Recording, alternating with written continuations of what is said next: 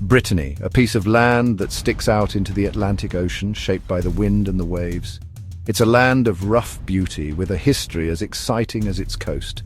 This is a special land, different from the rest of France, with its own language, its own culture, its own story to tell. From old big stones to castles from the Middle Ages, Brittany whispers stories of a proud and free past.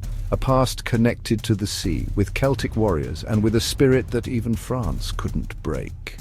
The people of Brittany have always looked out to the sea. Their ancestors were explorers and traders, connecting the British Isles with Europe.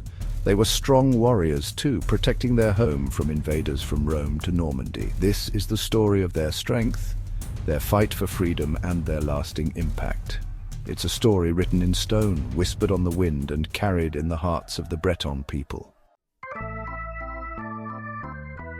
Let's go back in time, thousands of years, to a Brittany full of mystery. Imagine a land with thousands of standing stones, lined up as far as you can see.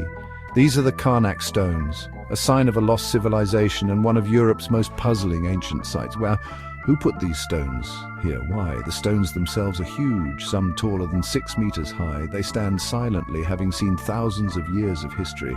Were they used for religious things? Did they mark the stars? Or were they signs of territory, showing the boundaries of ancient rulers? We may never know for sure, but they remind us of Brittany's long history, a land with people living there since forever.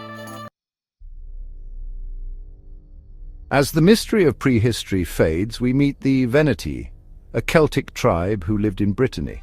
These were sea people, skilled sailors and traders who controlled the Atlantic coast.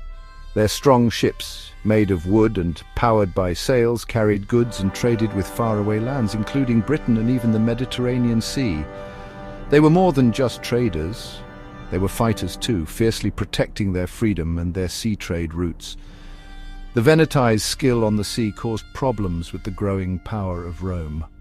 Julius Caesar himself knew how good they were at sea, writing about their great ships and their knowledge of the tides and currents.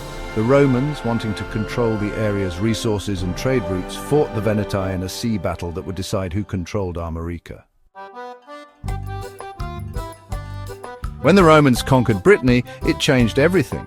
The Roman army, after a tough fight, finally beat the Veneti and took over America, as they called it. Roman control brought big changes, from Roman laws and government to the building of roads, houses and cities. But the Romans didn't completely change Brittany. While Roman culture grew, the Celtic spirit of Brittany stayed alive. The Breton language, from the old Celtic languages, was still spoken. The people still felt different from their Roman rulers. The Roman times set the stage for a new part of Breton history, one with new people coming from across the sea. These new people would further shape Brittany and help create a new Breton identity.